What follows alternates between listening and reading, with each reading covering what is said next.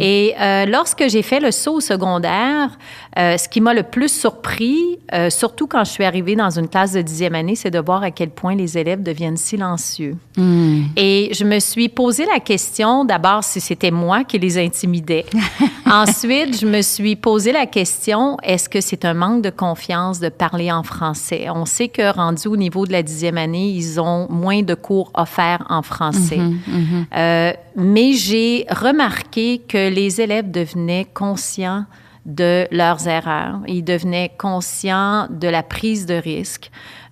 Donc, il y avait cette espèce d'inconfort de ne plus vouloir parler en français. Aucun problème d'écrire, mais de parler spontanément en français, ça devenait une sorte de petite bataille que je me disais, OK, j'ai un objectif cette année, c'est de vouloir convaincre ces élèves-là qu'ils ont la possibilité encore de parler spontanément en français en salle de classe. À travers des albums?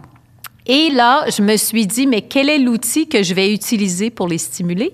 Et c'est après avoir participé à une conférence offerte à tous les 2 ans qui s'appelle De mots et de craie à Sherbrooke, que j'encourage à tout enseignant professionnel à participer.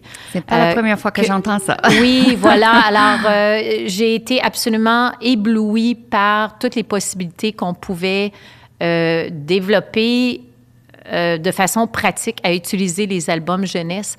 Non seulement parce que ces albums-là, ce sont de belles histoires, mais c'est parce qu'il y en a qu'on peut utiliser justement avec des sujets beaucoup plus matures qu'on ne pourrait pas utiliser à l'élémentaire, qui sont faits pour interpeller les élèves plus matures, des sujets un peu tabous parfois, qu'on n'ose pas parler, mais qui sont encore très près de la réalité des jeunes, ce qu'ils vivent à cet âge-là.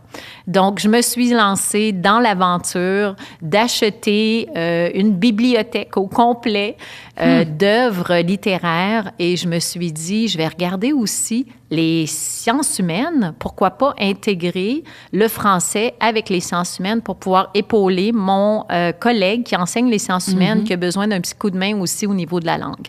Alors, ça m'amène un peu à ma deuxième question. Alors, peut-être tu pourrais expliquer la différence entre un album jeunesse et un roman, surtout au niveau secondaire. Pourquoi au secondaire un album jeunesse? Alors, tu as un peu expliqué, mais si tu peux juste aller un peu plus loin, là. Oui, alors l'album jeunesse, ce qu'il permet, c'est que d'abord, c'est plus court. C'est plus court qu'un roman. Ça peut être percutant, mais en un court temps, c'est-à-dire qu'à travers une vingtaine de pages illustrées, on vient d'aborder un sujet qui peut stimuler plusieurs conversations. Aussi, c'est que je trouvais que beaucoup de garçons n'aiment pas lire. Et lorsque je proposais un roman, ou même je leur donnais le choix de choisir un roman, je voyais l'anxiété déjà chez certains garçons qui commençaient à monter. Donc, mon objectif aussi, c'était comment je peux stimuler ces garçons-là qui sont plus faibles en lecture, même les filles qui sont plus faibles en lecture, de les convaincre qu'ils peuvent quand même lire quelque chose et pouvoir en parler. Donc, l'album s'est avéré une solution incroyable pour ces lecteurs plus gênés.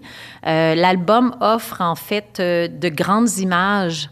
Donc, une image vaut 1000 mots avec un court texte, mais quand même que le texte peut être très riche en développement de vocabulaire sur un thème spécifique. Tout à fait, tout à fait. Est-ce qu'ils n'ont jamais trouvé ça un peu trop bébé, le fait que ce soit un album utilisé au niveau secondaire ou tu n'as jamais eu ces problèmes-là?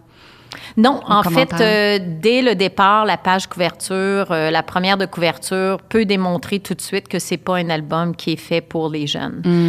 Les auteurs, les artistes, c'est incroyable comment ils ont respecté le thème par rapport à la maturité des images aussi qu'ils vont utiliser à l'intérieur de l'album.